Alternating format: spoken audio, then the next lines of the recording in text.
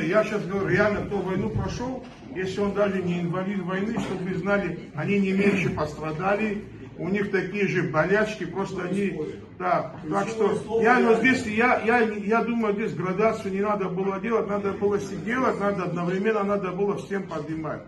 При всем при этом, Денис, почему я этот вопрос задаю, сейчас это не твой вопрос, сейчас это не то, что там это ты хотел, не сделал, или не хотел, не сделал.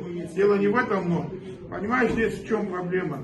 У нас прожиточный минимум, у нас 16 с чем-то, я насколько помню, правильно же? Правильно. Да.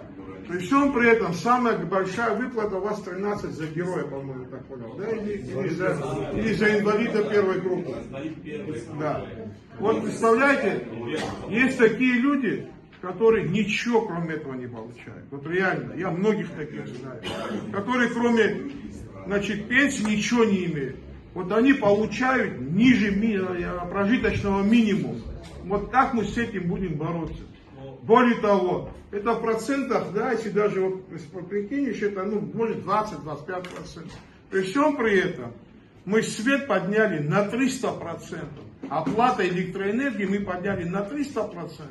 А инвалидам войны, которые больше, а таких очень много, чтобы вы понимали, мы поднимаем 25%.